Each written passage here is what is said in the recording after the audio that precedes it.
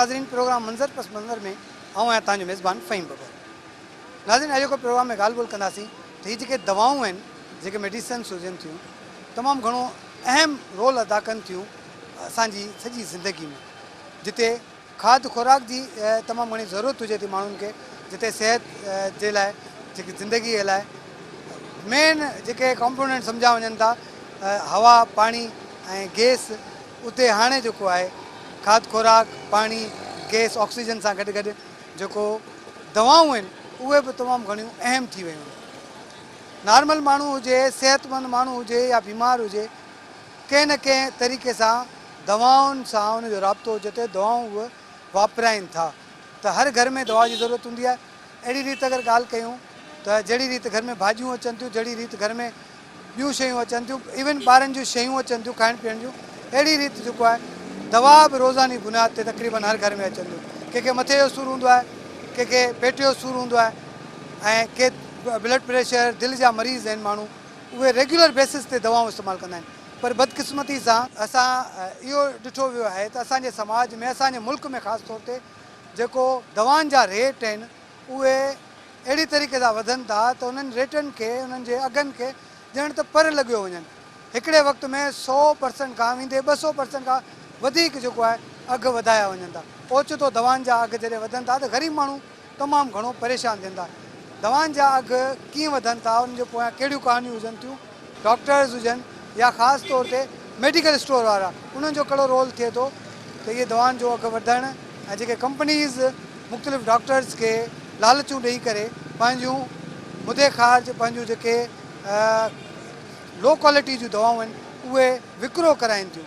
हिकिड़े पासे माण्हुनि जी सिहत, माण्हुनि जे जेके हयातियुनि सां खेॾियो वञे थो, त ॿिए पासे पब्लिक खे सिहत जूं सहूलियतूं फ़राहम करणु बदिरां उन्हनि खे महांगाई जो जेको आहे भार उन्हनि जे मथां विधो वञे थो।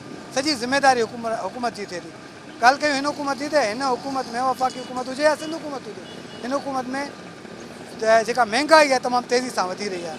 अटे जा रेट हुजनि, खंड जा रेट हुजनि, पेट्रोल जी क़ीमतूं हुजनि, वरी ही दवाउनि जूं क़ीमतूं जेके 256% दवाउनि जी क़ीमतनि में इज़ाफ़ो थियो आहे, जेको तमामु घणो अलार्मिंग सिचुएशन आहे। जेको माण्हू 500 रुपया दिहाड़ी ते कमु करे थो, उहो एतिरियूं महांगियूं दवाऊं सिहत जे लाइ कीअं इस्तेमालु कंदो। लाइफ सेविंग ड्रग्स आहिनि, सिहत हयाती बचाइण वारियूं जेके दवाऊं आहिनि उहे मुफ़्त हुजणु घुरिजनि। उहे जेके आहिनि तमामु घणियूं महांगियूं मिलनि थियूं। हर माण्हू सरकारी इदारनि में वञी, जेको सरकारी अस्पताल मां वञी दवाऊं हासिलु नथो करे सघे। सरकारी अस्पतालूं हर माण्हू खे सहूलियत नथियूं फ़राहम करे सघनि। इहो ई कारण आहे त जाइ जाइ ते, हंधि हंधि ते प्राइवेट अस्पतालूं खुलियल आहिनि, हंधि हंधि ते तव्हांखे मेडिकल स्टोर नज़र ईंदा। अॼोके प्रोग्राम में ॻाल्हि ॿोल कंदासीं त हिननि मेडिकल स्टोरनि ते छा पियो थिए, दवाऊं महांगियूं छो विकिरो थियनि थियूं ऐं पब्लिक केतिरो परेशान आहे। त ॻाल्हि ॿोल कयूं था ऐं कोशिशि कयूं था त जेके स्पेशलिस्ट आहिनि, जेके माण्हू इन्हनि शयुनि ते गहरी नज़र हुजे थी, हुकूमत जा माण्हू आहिनि, डॉक्टर्स आहिनि ऐं उहे माण्हू जेके मेडिकल लाइन में कमु कंदा, उन्हनि सां ॻाल्हि ॿोल कयूं। अस्सलाम वालेकुम भाईजान। सर ये बताइएगा कि किस तरह से देखते हैं अचानक हर चीज़ के रेट बढ़ जाते हैं। मेडिसिन्स की अगर बात करें हम, तो मेडिसिन ऐसी चीज़ है, दवाइयाँ हर बंदे को चाहिए होती हैं, बच्चों के लिए, बड़ों के लिए लेना होती हैं। हम जहाँ पे खड़े हुए यहाँ पे भी तकरीबन 10-12 मेडिकल स्टोर हैं। तो अचानक जब रेट बढ़ जाते हैं तो किस तरह से होता है, पब्लिक का रिस्पांस क्या होता है? सर पब्लिक लड़ती है हमसे, क्या करें कि कल बोले 10 का दिया था, आज तुम 20 रुपये का दे रहे हो। ये पब्लिक रोज़ की डीलिंग है ना, क्या करें। हर आदमी जानने वाला है, सब लड़ते हैं हमसे। जैसे आज 10 का दिया है, कल बोले 15 रुपये का दिया है कि तुम लूट रहे हो। अब कंपनी से आगे कोई नहीं पूछता। रेट में किस तरह से वेरिएशन आ रही है? हमने तो पढ़ा कि कुछ ऐसी दवाइयाँ हैं जिसमें 200% से ज़्यादा इजाफा हो गया रेट का। बहुत सारी दवाएं जिसमें एकदम जो है ना 10 रुपये थे, जो ना 20 रुपये, जो 200 का पैकेट है 350 पे पहुंच गया है। 10 रुपये वाली चीज़ 20 रुपये की हो गई है। अब कंपनी जो है ना एक तरीका मारी है, ये दे 102 रुपये कीमत थी ना, फिर 117 हुई, अब 131 रुपये हो गई। हमें खुद को नहीं पता कि कंपनी कब पैसे बढ़ा रही है। पहले हम लोगों को पता होता था, कंपनी बता के जाती थी, अब बताती नहीं है कंपनी। ये मेडिसिन में कौन कौन सी ज़्यादा सेल हो रही हैं आजकल? ज़्यादातर देखा गया कि भाई एंटीबायोटिक्स ज़्यादा चलती हैं, पेन किलर्स होती हैं, तो उसमें सबसे ज़्यादा जो रेशियो आ रहा है वो एंटीबायोटिक्स का जो रेट है वो बढ़ा है। हाँ, एंटीबायोटिक के कैसे पैसे तकरीबन 100% बढ़े हैं हमारे हिसाब से। 100 से 150 बर्तन। तो उससे कितना फ़र्क आ जाता है सेल में? और ज़ाहिर है, एक बंदा जिसको आपने एक जैसे आपने बताया, एक दिन पहले कोई दवाई दी, उसका रेट कुछ और था, जब दूसरे दिन आया तो रेट अचानक बढ़ गया। ऐसा होता रहता है आए दिन, हर आइटम पे पैसे बढ़े हुए हैं। मैं आपको क्या बताऊं, ये देखो 263 रिटेल है, अब 292 रुपये रिटेल है। हर आइटम को कोई कंपनी वाला बता के ही नहीं जा रहा था, इधर पे हर पेशेंट से लड़ना पड़ता है। डॉक्टर्स का क्या रवैया होता है? सुना है डॉक्टर्स जो है अक्सर अपने मनपसंद कंपनीज की दवाइयाँ लिखते हैं। नहीं डॉक्टर साहब, तो अब क्या करें डॉक्टर, ये मेडिकल वालों को चाहिए, मतलब मेडिकल जो स्टोर वाले जो है ना, उनकी सेटिंग होती है मेडिकल स्टोर वालों से। इस वजह जो है ना, हर आइटम जो है ना, बड़े बड़े डॉक्टर जो है ना सेटिंग कर लेते हैं। गिफ्टिंग तो पहले होती थी, अब गिफ्टिंग नहीं होती, अब डॉक्टरों को डायरेक्ट पेमेंट मिलती है। सेटिंग किसको कहते हैं? सेटिंग किस टाइप की? सेटिंग तो मुराद के वो होता है कि आपको जो है ना 2 महीने के जो है ना, आपको जैसे आपको कोई टूर पे ले जा रहे हैं, आपको 2 महीने के अंदर हमारे इतने पैकेट बेचने हैं, तो ये डॉक्टर की सेटिंग होती है। उसमें मेडिकल स्टोर वाले को कुछ नहीं होता। अब मेडिकल स्टोर की तो जब डॉक्टर से पर्ची लिखवा कर लाएगा पेशेंट, उसकी तो मजबूरी है रखना। मतलब डॉक्टर्स के कहने पर डॉक्टर्स कंपनी वालों के कहने पर वो दवाइयाँ रखते हैं, फिर वो दवाई कैसी भी हो। जेके ख़रीदार आहिनि उन्हनि खां पुछूं था त छा मसइलो आहे, छो जेको आहे एतिरियूं ओचितो जॾहिं दवाऊं महांगियूं थियूं थियनि त मुआशी तौर ते माण्हू अॻे ई परेशान आहिनि तमामु घणो। ऐं जॾहिं मेडिसन, खीर ऐं आम जेके वाइप जूं शयूं जेके आहिनि उन्हनि जी अघु वधनि था, ऐं वरी मथे इहे सूर जी टिकी बि जेका आहे उहा रुपए जी जाइ ते 10 रुपए में विकिरो थियणु लॻे त केतिरी परेशानी। साईं सलाम वालेकुम। साईं ॿुधायो त दवाऊं ॾाढियूं महांगियूं थी वियूं आहिनि, ओचितो माण्हू ॾाढो परेशान आहिनि, केतिरी परेशानी थी थिए जॾहिं दवा महांगी थी थिए? ॾाढी वॾी परेशानी आहे हिते, सभिनी जा पंहिंजा पंहिंजा रेट आहिनि। पोइ ॾिसे कोन थो, हिकिड़ा अनपढ़ माण्हू आहिनि उहे वीचारा मजबूर आहिनि, जेको बि चवंदा ई ॾे था वञनि लिया। ऐं तमामु घणी महांगाई आहे, ग़रीब माण्हू त वठी नथो सघे दवा दारू, हा तमामु घणो परेशान थो रहे। हाणे नंढे हिते था अचूं त हीअ पंहिंजा रेट था ॿुधाइनि। हाणे एमरजेंसी में छा हुन सां बेस करे, कहिड़ो बेस करे वठी त वञे थो माण्हू, हा एमरजेंसी जे हिसाब सां न आहे ग़रीब जो हाल वीचारे जो तो पहुची सघे। तव्हां बि मुख़्तलिफ़ वक़्तनि में दवाऊं वठंदा हूंदो, हिन वक़्तु कीअं पिया ॾिसो केतिरो वधीक जेको आहे दवा महांगी थी आहे, फ़र्क़ु केतिरो आहे? इलाही फ़र्क़ु आहे, इलाही फ़र्क़ु आहे। असीं त हिते रिहाइशी आहियूं, इलाही फ़र्क़ु आहे। हींअर ॾिसूं था त दवा जो रेट पहिरीं हारे खां वरी हींअर था ॾिसूं इलाही हार्ड रेट पियो वञे, माण्हू ख़ौफ़ खायो वञे जो एतिरा पैसा कीअं चढ़ी हलिया। पाण मथे सूरी टिकी वठंदासीं, पेनाडोल वठंदासीं, पेट सूरी टिकी वठंदासीं, त उनजो रेट इहो हूंदो 10 रुपए में थोरो पतरो पूरो मिली वेंदो, 10 गोरियूं हूंदियूं हुन में, 10 टिकियूं हूंदियूं। हाणे उहो साॻूणी जेका दवा आहे उहा 10 रुपए जी गोरी थी विकामे। हा पूरी 10 रुपए जी गोरी आहे, का बि गोरी वठो अथई 10-15 रुपया, इन खां घटि आई कान्हे का। जंहिंमें पतरो वठंदा हुआसीं अॼु उहो हिकिड़ी थी मिले उन में। इहो कंहिंजो कमु आहे? कंहिंखे इन ते कंट्रोल करणु खपे? ड्रग इंस्पेक्टर्स, हुकूमत? हुकूमत खे करणु घुरिजे न, उहे पुछा छा कनि, छो पियो हेॾो महांगो जान पियो थिए, कीअं पियो थिए, ग़रीब माण्हू मारिजी हलियो आहे वीचारो। गवर्नमेंट जो कमु आहे इहो पुछा करणु, हा हिते ॿियो त हाणे हिननि खां केरु नथो पुछी सघे, गवर्नमेंट ई ॻाल्हाए सघे थी हिननि सां, ॿियनि खे त लिफ्ट ई कोन था कराइनि, सम्झो। जॾहिं खां ख़ान साहब जी हुकूमत आई आहे हर शइ महांगी थी वई आहे। पहिरीं अटो महांगो थियो, खंडु महांगी थी, मुख़्तलिफ़ शयूं जेके महांगियूं थियूं, हाणे जेके दवाऊं रहियल हुयूं उहे बि महांगियूं थियूं। उन हुकुमरानी खे कीअं था ॾिसो?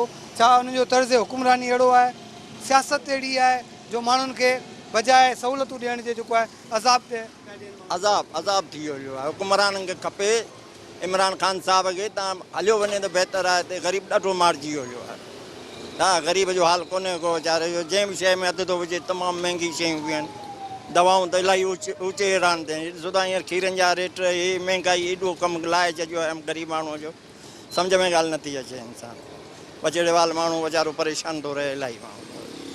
नाज़रीन तव्हां ॻाल्हि ॿोल्हि ॿुधी त ॾिसो, हर जेका शइ आहे उहा महांगी थींदी पई वञे, पर जॾहिं असां ॻाल्हि कयूं था दवाउनि जी, त लाइफ सेविंग ड्रग्स हूंदियूं आहिनि जेके इंसानी हयाती बचाईंदियूं आहिनि। कंहिंखे मथे में सूरु आहे, पेट में सूरु आहे, ज़ाहिर हल्को फुल्को को इशू आहे, त उन लाइ माण्हू काउंटर तां इहे दवाऊं ख़रीद कंदो आहे। उन काउंटर जी जेका दवा हूंदी आहे उनजी क़ीमत तमामु घटि हुजणु घुरिजे, उनजी क़ीमत रीज़नेबल हुजणु घुरिजे, छो जो हीउ उहो आइटम आहे जीअं माण्हू खे अॼुकल्ह मानी ज़रूरी आहे, फीड ज़रूरी आहे, अहिड़े तरीक़े सां हर माण्हू जे लाइ दवाऊं बि ज़रूरी थी वियूं आहिनि। माहिर जेके आहिनि सिहत जा उन्हनि जो चवणु आहे त एटमॉस्फेयर जे करे हीअ जेके असांजे समाज में या हीअ जेको असांजो जेको निज़ाम आहे उन में जेका चेंजिंग्स अचे थी, उन में जेको हिन जो जेको एटमॉस्फेयर चेंज थो थिए, क्लाइमेट चेंज थो थिए, उन क्लाइमेट जा असर थियनि था, जंहिंमें जेको आहे उन वक़्तनि फ़वक़्तनि मुख़्तलिफ़ क़िस्म जूं वबाऊं मुख़्तलिफ़ क़िस्म जूं बीमारियूं जनम वठनि थियूं। ऐं उहे कारण हूंदो आहे जिन्हनि बीमारियुनि जे करे माण्हू खंघि खुड़को हुजे, पेट जो सूरु हुजे त ॿियनि बीमारियुनि में वठिजी वञनि था। ऐं ॿिए पासे जॾहिं उहे लाइफ सेविंग ड्रग्स जी ॻाल्हि कयूं, उहे ड्रग्स जेके एंटीबायोटिक्स हुजनि, पेन किलर हुजनि, उहे ड्रग्स जेके सूर जे लाइ इस्तेमालु थियनि, उहे दवाऊं जेके जरासीम कुछ हुजनि, उहे दवाऊं जेके मथे जे सूर जे लाइ, पेट जे सूर जे लाइ या वरी कुझु रिलीफ ॾियण जे लाइ इस्तेमालु कयूं, उहे बि महांगियूं मिलनि त पब्लिक तमामु घणो परेशान थिए थी। ऐं हुकुमराननि खे घुरिजे त ख़ासि तौर ते जेके वॾा वॾा डिपार्टमेंट्स खोलियल आहिनि, ड्रग्स जो जेको डिपार्टमेंट आहे, जेके इनखे ड्रग इंस्पेक्टर जेके हर शहर में मुक़ररु कया वञनि था, उन्हनि जो कमु आहे त उहे स्टोरनि ते, उहे मुख़्तलिफ़ कंपनीज़ ते जेको आहे विज़िट कनि, उन मुख़्तलिफ़ जेके दवाऊं आहिनि उन जा रेट्स वठनि, त जीअं पब्लिक या हीअ जेके स्टोर वारा आहिनि जेके पंहिंजी मनमानी कनि था, जेके 5 रुपए जी शइ 10 रुपए में विकिरो करे रहिया आहिनि, जेके पंहिंजी पसंदि जूं शयूं विकिरो कनि, या वरी उहे डॉक्टर्स जेके पंहिंजे पसंदि जी कंपनीज़ खे, जेके कंपनियूं उन्हनि डॉक्टर्स खे फ़ाइदो ॾियनि थियूं, उन्हनि जूं दवाऊं विकिरो कनि था, त उन्हनि खे मुंहिंजो अची सघे। असां जेको प्रोग्राम में कोशिशि कयूं था त डॉक्टर्स सां बि ॻाल्हायूं ऐं ड्रग्स इंस्पेक्टर सां बि ॻाल्हायूं, ख़ासि तौर ते जेका हुकूमती नुमाइंदा आहिनि उन्हनि सां बि ॻाल्हि ॿोल कंदासीं त हीअ जेके दवाऊं महांगियूं थियूं आहिनि, उनजो कारण छा आहे, इन जो नुक़सानु केतिरो पियो थिए, उनजो अज़ालो कीअं थी सघंदो।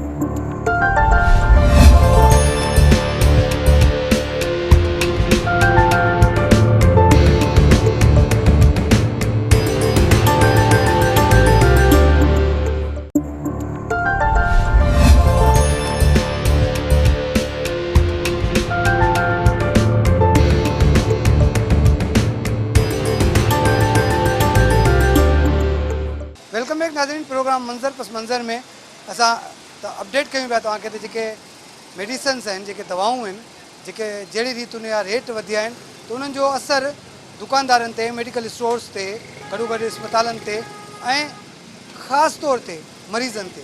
उहे मरीज़ जेके ग़रीब आहिनि, उहे मरीज़ जेके उहे माण्हू जेके 2 वेला मानी जे लाइ परेशान आहिनि, जिते खीरु महांगो हुजे, जिते अटो महांगो हुजे, जिते खाइण पीअण जे लाइ भाॼियूं महांगियूं हुजनि, उते जॾहिं दवाऊं महांगियूं थी वञनि, लाइफ सेविंग ड्रग्स महांगियूं थी वञनि, त उन माण्हू जो, उन्हनि शहरनि जो छा जीअण जो स्टाइल हूंदो। सॼो ॾींहुं जेको माण्हू कमाईंदो, उहो सिर्फ़ु दवाऊं वठण जे लाइ सोचंदो रहंदो त मूंखे दवाऊं वठणी, ब्लड प्रेशर जी दवा खपे, शुगर जी दवा खपे, मथे सूर जी दवा खपे। त छो इहे दवाऊं वधनि, दवाउनि जा रेट वधिया आहिनि ऐं उन्हनि जो जेको असरु आहे, उनजो जेको सिधो सो असरु ग़रीब माण्हू ते पियो आहे। माण्हू परेशान आहिनि, उहे हिन वक़्तु कीअं था सर्वाइव कनि, कीअं गुज़ारे रहनि, उन हवाले सां असां हिन वक़्तु मौजूदु आहियूं मेमन अस्पताल जे बिल्कुलु साम्हूं सिजाद मेडिकल स्टोर आई। हिते बि तमामु घणी रश हुजे थी, परे परे खां माण्हू वठणु ईंदा आहिनि हिते दवाऊं। पुछा कयूं था त रेट छा पिया हलनि, कीअं पिया हलनि। साईं सलाम वालेकुम। रेट ॾाढा महांगा थी विया आहिनि दवाउनि जे हवाले सां। 256 सैकड़ो जेको आहे मुख़्तलिफ़ दवाउनि ते जा रेट वधिया आहिनि। 256 सैकड़ो, कंहिं ते 100 सैकड़ो, तमामु घणो वॾो माना रेशियो आहे। ओचितो अगरि के शयूं वधनि थियूं, हिकिड़े पासे उहा ई महांगाई आहे, खाइण पीअण जूं शयूं महांगियूं आहिनि। जॾहिं दवाऊं, हाणे मिसाल जी ॻाल्हि, तव्हांजे हथ में हीअ दवा आहे, हीअ ॿार जे लाइ ॾाढी ज़रूरी हूंदी आहे, एंटी एलर्जिक आहे, केतिरो असरु पियो आहे? साईं, आउं त सम्झां थो त असां जेके ग़रीब माण्हू आहियूं, अॻे जेके हेॾियूं शयूं महांगियूं थी वियूं आहिनि, असीं अॻे ई परेशान आहियूं। पर हाणे हीअ जेको असांखे नओं धकु जेको, उहो त मुख़्तसिर इहे शयूं वधंदियूं रहियूं आहिनि। लेकिन हींअर जेको वधियो आहे 256 सैकड़ो, उन हिसाब सां इहा शइ असांखे ॾाढी ॾुखी थी पई आहे। ग़रीब माण्हू आहियूं, असीं दवाऊं किथां जेको आहे परचेज़ करियूं। आए दिन जेको आहे दवाउनि जा रेट वधी विया आहिनि। हलिया बुनियादी शयूं, असां वटि बीमारियूं एॾियूं वधी वियूं आहिनि, वञूं था डॉक्टरनि वटि त हू 15-15, 20 जेको आहे दवाऊं असांखे लिखियूं था ॾियनि। जॾहिं अचूं था स्टोरनि ते, जेके शयूं असांखे पहिरीं 30 रुपया 40 रुपया जेको हीउ सीरप मिलंदो हो, इहो सीरप हींअर 100-125 रुपए जो सीरप थी चुको आहे। हाणे ॿुधायो त असीं किथां वञूं ग़रीब माण्हू। दिहाड़ियूं असांजूं 500, 600, 800 रुपया दिहाड़ी लॻी पई आहे, जंहिंमें असीं पंहिंजो अटो खंडु इन्हनि में ई पूरा आहियूं। असांजे बीमारियूं अचनि थियूं त असीं ॾाढा परेशान था थी वञूं। असीं गवर्नमेंट ऑफ पाकिस्तान खां ऐं ड्रग इंस्पेक्टर या हीअ जेके आहिनि हिते इदारा, इन्हनि सां असीं रिक्वेस्ट था करियूं त महिरबानी करे असां ग़रीबनि जे मथां रहम कयो वञे। ऐं हीअ दवाऊं जेके आए दिन महांगियूं थियूं थियनि, आख़िर केरु थो दवाऊं महांगियूं करे। साईं, त असां मुख़्तलिफ़ माण्हुनि सां ॻाल्हि ॿोल कई आहे, दुकानदारनि सां बि ॻाल्हायो आहे ऐं आम शहरियुनि सां बि ॻाल्हायो आहे। उन्हनि जो चवणु आहे त इहे डॉक्टर्स हूंदा आहिनि जेके घिटियुनि में, रस्तनि ते, रोडनि ते जेके पंहिंजूं नंढियूं नंढियूं क्लिनिक्स खोले वेठा आहिनि, उहे जेके कंपनीज़ हूंदियूं आहिनि उन्हनि जी फरमाइश ते दवाऊं लिखंदा आहिनि उन्हनि जो केतिरो असरु थो थिए? साईं बिल्कुलु उन जो असरु इहो थो थिए त असीं पाण वेंदा आहियूं उते दवाऊं जॾहिं जंहिं बि डॉक्टर वटि वेंदा आहियूं इलाइक़े जे, असीं उहा पर्ची जॾहिं ॿिए हंधि खणी ईंदा वञूं त कंहिं बि मेडिकल स्टोर तां उहा दवा असांखे नथी मिले। उहा दवा असांखे सिर्फ़ु उन ई स्टोर तां थी मिले जितां डॉक्टर चवे थो। उहे दवाऊं जेके आहिनि लोकल दवाऊं आहिनि जंहिंजी क़ीमत असल में जेको आहे 30-40 रुपया हूंदी आहे जेकी ठहंदी आहे, पर उन्हनि जे पैकेटनि ते उहे क़ीमतूं 500, 600 रुपया लिखियलु हूंदी आहे। इहो जेके रेट वधियल हूंदा आहिनि या उहो कंपनी वधाईंदी आहे या मेडिकल स्टोर वारो? उहो हाणे छा आहे जो कंपनी जा रेट हुन लिखियलु हूंदा आहिनि, पोइ वधि में वधि 5% छॾींदा आहिनि असांखे या वधि में वधि 8% छॾींदा। छो त हीअ लोकल दवाऊं असल जेकी हिन जी ठहण जी क़ीमत आहे उहा 30 खां 40 रुपया हूंदी आहे, पर लोकल दवाऊं आहिनि उन जी क़ीमत डबनि ते 500 खां 600 रुपया हूंदी आहे। इन करे असां डॉक्टरनि खे महिरबानी इहे चवंदा आहियूं त उहा असांखे मल्टीनेशनल कंपनी जेके आहिनि उन्हनि जूं दवाऊं असांखे लिखी ॾियो, पर हू छा आहे जो हुननि खां जेके मेडिकल रेप आहिनि उहे मिलियल आहिनि दवाउनि जी कंपनी वारा, पोइ उन्हनि खे गाॾियूं बंगला इहे काफ़ी शयूं वठी था ॾियनि। छा जो हिकिड़ो अहसासु हूंदो आहे डॉक्टरनि खे, उहो अहसासु ॾींहों ॾींहुं डॉक्टरनि मां ख़तमु थींदो वञे। ऐं मरीज़ जेके आहिनि हींअर अॼुकल्ह ॾाढा परेशान आहिनि, अस्पतालुनि जी हालति ॾाढी ख़राबु आहे, अस्पतालुनि जी हालति ॾाढी ख़राबु आहे। असीं हुकूमत सिंध खे अज़रा पईचो साहिबु जेकी मिनिस्टर आहे सिहत जी, सेक्रेटरी जेको सिहत आहिनि, तव्हां वटि हिकिड़ी अज़ीम सम्झो त हिकिड़ी तव्हां वटि मिनिस्ट्री आहे। तव्हां अगरि अहसासु कंदो त ग़रीब जेके वीचारा हींअर अस्पतालुनि में परेशान आहिनि, जिन खे न दवा थी मिले न छा, अगरि उते ई उन्हनि जो इलाजु सही तरह थिए त असीं मेडिकल स्टोरनि ते धिका न खाऊं। असीं रिक्वेस्ट था करियूं त महिरबानी करे जेको आहे जेतिरो थी सघे हिन दवाउनि जो जेको वधियो आहे रेट इनखे वापसि जेको आहे कयो वञे हुकूमत पाकिस्तान सां, हुकूमत सिंध सां असीं इहे रिक्वेस्ट कंदासीं। महिरबानी। त तमामु घणो माण्हू इमोशनल आहिनि, ज़ाहिर आहे ॾिसो दवाउनि जा रेट वधनि था त उन्हनि दवाउनि खे ख़रीद करण जे लाइ सघ न हूंदी माण्हू में, त पोइ उहा ई ॻाल्हि। ऐं मिनिस्ट्री जी ॻाल्हि कई जीअं साईं, त हेल्थ मिनिस्ट्री आहे, उनखां अलावा हेल्थ हिकिड़ो पूरो डिपार्टमेंट आहे जेको सॼे सिंध में कमु करे थो। उनजा माण्हू जेके आहिनि उते ड्रग इंस्पेक्टर हूंदा आहिनि, हिते जेको ड्रग इंस्पेक्टर खे कमु करणु घुरिजे, उहो ड्रग इंस्पेक्टर किथे आहे? उहो विज़िट छो नथो करे? उहो रेट खे चेक छो नथो करे? कंपनीज़ जी पंहिंजी मनमानी आहे, डॉक्टर्स जो पंहिंजी फरमाइश पूरियूं करण जे लाइ उन्हनि कंपनीज़ जूं जेके दवाऊं लिखनि था, जिन कंपनीज़ जी दवाउनि में न त वरी असरु आहे न वरी उहो को फ़ाइदो ॾियनि थियूं, बल्कि उहे ॿियनि आम दवाउनि खां महांगियूं बि विकिरो थियनि थियूं। त डॉक्टर्स जो बि तमामु घणो अहम रोल थिए थो। डॉक्टर्स जेके आहिनि उहे मसीहा हूंदा आहिनि। डॉक्टर्स खे बि आवाम गुज़ारिश करे थी, असां बि गुज़ारिश कयूं था, ख़ुदा तव्हां जेको आहे हिननि ग़रीब माण्हुनि ते रहम कयो ऐं जे दवा लिखणी आहे त घटि में घटि अहिड़ी लिखो त हीअ जेके ग़रीब माण्हू उन ते पहुंची बि सघनि ऐं उनखे फ़ाइदो मिले। किस तरह से देखते हैं अचानक दवाइयों के रेट बढ़ जाते हैं 200%, 100%, अचानक जो है जो ख़ासतौर पर काउंटर के आइटम होते हैं वो भी जो है ना महंगे होते हैं, क्या वजह समझते हैं? हुकूमत चोर है, उसको पता ही नहीं है। हमारा मिनिस्टर सेहत का इस दवा में आधी दिखा दूंगा तुम्हारे जो सारी ऐसे बिक्री होंगी, तो डॉक्टर क्यों लिख रहा है? आप डॉक्टर के क्लिनिक पे जाओ, वो पर्चा देगा ना, वो दवाई शहर में नहीं मिलेगी, डॉक्टर के बराबर में मिलेगी। क्यों बताओ ना, आप बताओ, मुझे सवाल का जवाब दो। मैं तो बताऊंगा आपको, आप पहले मुझे ये बताएं कि ये गंदा ही सारा इन्होंने बेईमानी का कर दिया है। मेडिकल स्टोर पर जो दवाएं रखवाते हैं डॉक्टर्स, आपका कहने का मकसद डॉक्टर नहीं करता उनको, उस डॉक्टर को ही खड़ा नहीं करूंगा जो दवाई उसका लिखवा के जाएगा यहाँ पे। हाँ, अपना काम ही नहीं है मेरा। ड्रग इंस्पेक्टर होते हैं, वो कभी विजिट करते हैं? हाँ, ड्रग उनका ही काम भी तो ये है ना, हमारे यहाँ विजिट करते हैं, बोले कहाँ से आई, तो भाई जो डॉक्टर आपको दे रहा है वो रखवा रहा है, वो भी आपको मालूम है। हाँ, अब वो तो आके अपना विजिट करेंगे, उनकी तो ड्यूटी है, वो तो विजिट करते हैं ना, तो ड्यूटी है उनकी, लाइसेंस चेक करेंगे। ये देख रहे हो आप, ये ला में है कि ये मेरी दुकान सील कर सकता है, ये खाली। हाँ, कि कितने अरसे से मेडिकल का काम? 20 साल। हाँ, रेट जिस तरह से बढ़े हैं, कितना मुश्किल होती है लोगों का? अरे ये बेचारा खड़ा हुआ है यार, ये खड़ा हुआ है, गांव से आएगा, पैसे नहीं है, ये देखो पर्ची वापस माल आइटम भेजा के, किराया नहीं है। अरे यार, ये जुल्म नहीं है? 1 लाख का माल हमारा जो आता था ना, वो आज 65,000 रुपये का माल लाख रुपए में ला रहे हैं हम। तो वो कीमत तो वो कंपनी बढ़ा रही है, तो कंपनी को तो जो दे रहा होगा, आर्डर कौन दे रहा है बता रहे थे। अब चाहे सिंध की हो या विफाक की हो। और 1964 में मैंने अयूब का दौर भी देखा। सिर्फ अयूब खान एक ईमानदार आया, इसके बाद चोर ही आए हुए। ये बता, आपने कहा कि डॉक्टर्स सारी चोरी करते हैं, डॉक्टर्स मुलविस होते हैं, डॉक्टर लिखते हैं, क्या मेडिकल स्टोर वाले नहीं कर रहे हैं? आप ये सुनो, ये प्रिस्क्रिप्शन, सवाल का जवाब आप पहले सुनो मैं बताऊँ, ये प्रिस्क्रिप्शन आई। अब जो इसके अंदर सिरप और ये जो लिखे हैं ना, ये 40% में मिल जाएगा हमें, और हमें वो रिटेल पे ही देगा। उसको क्यों दे रहा है डॉक्टर को पैसे, भाई तू 40% काट के। मुझे ये बताया ना, मेन सबब आपने मुझसे भी पूछा, ठीक है, आप बताए ना आपको क्या लग रहा है, हुकूमत ठीक है, हुकूमत तो हर जगह पे फेल है, ये वाली मिनिस्ट्री अरे सब बेकार मिनिस्ट्री, क्या मिनिस्ट्री, इससे बड़ी मिनिस्ट्री चोर कोई नहीं। कौन है मिनिस्टर? इससे पहले मुत्तदा में था सगीर, वो क्या था, आज क्या है? वो गिरेगा तो सही, रब तो है ना यार, बात से बड़ी ताकत। मैं ही नहीं ले सकता, मैं अपने घर कैसे मसला हल हो सकता है, गरीब को कैसे? नहीं वो मर जाएंगे आखिरी में यार। अब ये कोरोना का टेस्ट करने आए थे, अब बोल रहा हूँ भाई क्या ये क्या कर रहा है, नाक में नलकी डाली यूँ, वो बोला एक वो है तुम्हारा नेगेटिव है, मैंने रसीद तो दे, वो लेने गया अभी तक आया नहीं है। वह क्या आपको भी पता है? आप मेरे से अबे भाई आप लोगों को ज़्यादा पता है, मेरे को क्या बता रहे हो यार। नाज़रीन, प्रोग्राम मंज़र पस मंज़र में असां तव्हांखे जेके दवाउनि जा मुख़्तलिफ़ रेट वधिया आहिनि ओचितो उन हवाले सां अपडेट कयूं पिया। मुख़्तलिफ़ जेके हैदराबाद शहर जा इलाइक़ा आहिनि जिते दवाऊं मिलनि थियूं, असां हिन वक़्तु मौजूदु आहियूं मेमण अस्पताल जे बिल्कुलु साम्हूं, मुंहिंजे साम्हूं ही मेमण अस्पताल आहे। ऐं अगरि हूअं ॾेखारियो वञे हीअ लाइन आहे सॼी जेका आहे हीअ मेडिकल स्टोर्स जी। हिते 10 खां 12 मेडिकल स्टोर आहिनि। हिकिड़ी साइड ते वरी अगरि साम्हूं ॻाल्हि कयूं त साम्हूं मेडिकल स्टोर आहिनि, एॾा स्टोर बि खुलियल आहिनि। इन्हनि स्टोर वारनि सां बि ॻाल्हाईंदासीं ऐं जेके मरीज़ आहिनि या जेके दवाऊं वठनि था उन्हनि सां बि ॻाल्हाईंदा। साईं छा दवाऊं वठणु आया आहियो? हाँ साईं, दवाऊं वठणु आहियो। रेट कीअं पिया हलनि? ॿुधो आहे ॾाढियूं महांगियूं थी वियूं आहिनि दवाऊं। ॾाढियूं महांगियूं दवाऊं साईं, वठण मसाला मुनासिब कोन्हनि, का वठी बि कोन था सघो। वठी बि नथा सघो साईं, ग़रीब मिस्किन माण्हू आहियूं। छा थियो एतिरो माना छा वजह आहे जो एॾा रेट वधी विया आहिनि? सभु साईं हुकूमत जे करे आहे न बसि। जॾहिं खां PTI जी हुकूमत आई आहे तॾहिं खां वठी दबा थी आहियूं। मानी अटो हर शइ महांगी, घी दाल चांवर, का शइ सस्ती कान्हे। केतिरो ज़रूरी हूंदी आहे इंसान लाइ? हिन वक़्तु बीमारियूं घणियूं आहिनि, कंहिंखे पेट जो सूरु आहे, कंहिंखे खंघि आहे, कंहिंखे दवा साईं लाज़मी आहे, दवा खाईंदासीं त सिहत बि थींदी, दवा न खाईंदासीं त मागे हलिया वेंदासीं।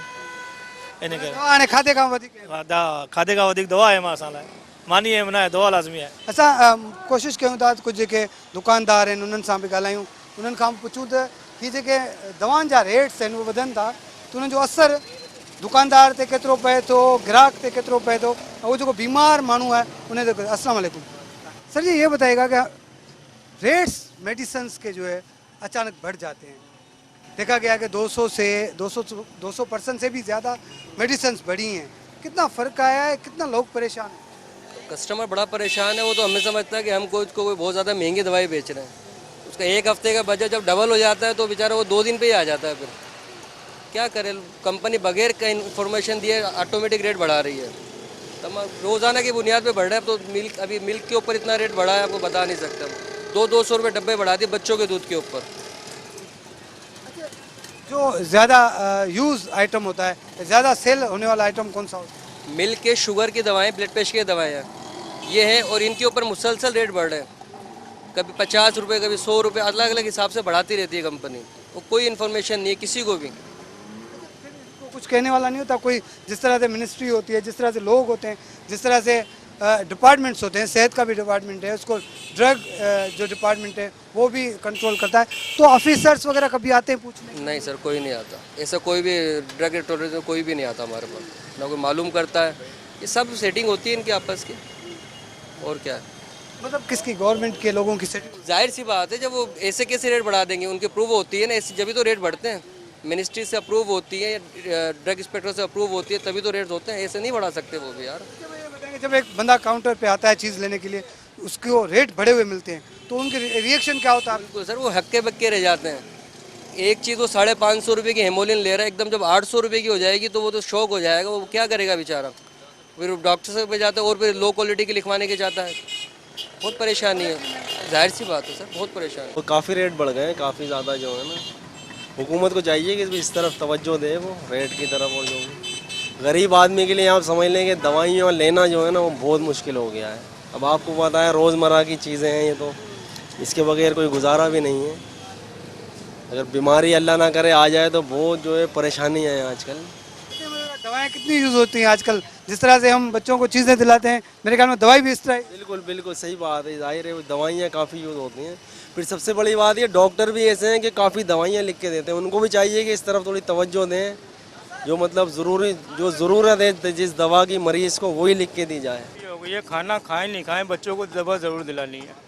भूखे सोना है, बच्चों को दवा ज़रूर दिलानी है। इन लोगों का क्या है, ऊपर वालों का भी कुछ नहीं है, जितनी चाहे महंगी कर दें, इन लोगों का भी कमीशन होता है अपना कमाना। जो हम सर दर्द की, बुखार की या कोई हल्की फुल्की दवाइयाँ लेते हैं, उसमें कितना फ़र्क आ गया रेट में? रेट अब वो 10-10 रुपए की मिली है, डबल फ़र्क आ गया तकरीबन। यही चीज़ मैं लेता था 30 की, अब 60 की। अभी डॉक्टर को दिखाया तो 450 रुपये अल्ट्रासाउंड वगैरह के ले लिए, बाकी दवा हो गई। कहता ना गरीब बंदा मर ही आएगा और कुछ नहीं है। कितना खर्च आ जाता है दवाइयों में? अगर एक महीने की बात करें, जिस तरह से हमारा राशन का एक बजट होता है, दूसरी चीज़ों का, दवाइयों में कितना खर्च आ जाता है? दवाइयों की कोई कह नहीं सकता है कुछ भी। कभी डॉक्टर कुछ लिख रहा है, कभी कुछ लिख रहा है, कभी 10 रुपये की चीज़ है तो कभी 200 रुपये की चीज़ है। इसके बारे में कुछ नहीं कह सकते कि कितना उठेगा। मुश्किलात कितनी होती है, परेशानी अचानक जी, कितनी परेशानी होती है? परेशानी इतनी होती है कि कमा कमा के मर जा रहे हैं, यार दोस्तों से उधार ले रहे हैं।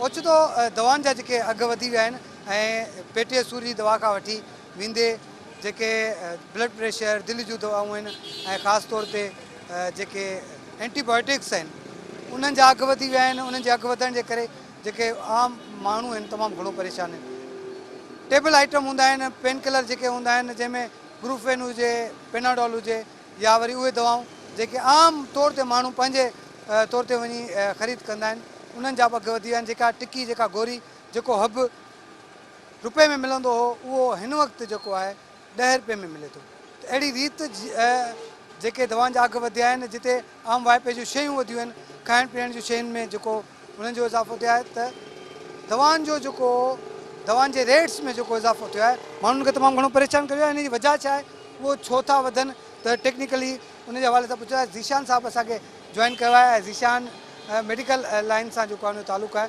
हुन सां गॾोगॾु ज़ाहिर आम शहरी बि आहे, पंहिंजे घर भातियुनि जे लाइ दवाऊं बि वठंदा आहिनि माण्हू, ऐं कहिड़े बि शोबे सां तालुक़ु रखंदा हुजूं। असीं बि साफ़ थी आहियूं त शाम जो दवाऊं ज़रूरु वठंदा आहियूं ऐं हर माण्हू खे दवा जी ज़रूरत पवंदी आहे।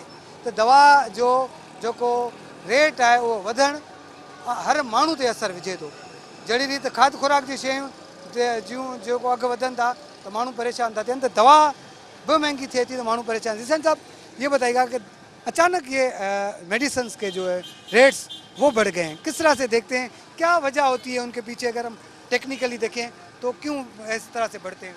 मामला जो हैं वो काफ़ी ज़्यादा इस वक्त देखें तो मुश्किलात का शिकार हैं। आम पब्लिक के हवाले से भी देखें तो ज़ाहिर बात है कि उसको अपनी डेली रूटीन के हवाले से खाना पीना तो है, उसको वो मुश्किलात का शिकार है, तो डेली वो मेडिसिन किस तरह से लेगा। शुगर, अगर ब्लड प्रेशर की बात की जाए, उसने डेली बेसिस पे दवाई लेनी होती है। अब डेली जब वो दवाई ले रहे होते हैं तो उनको डेली एक्सपेंस भी उसके लिए चाहिए और वो मुतवातिर उसने लेनी है ताहयात। ज़ीशान साहब ये बताइएगा कि किस तरह से देखते हैं अचानक मेडिसिन्स के जो रेट हैं वो बढ़ गए हैं? बात करें हम काउंटर आइटम हो, उसमें एंटीबायोटिक्स हो, पेन किलर हो, या वरी जो स्पेशल होती हैं हार्ट की दवाएँ, क्या सब समझते हैं कि वजूहत क्या हो सकती है?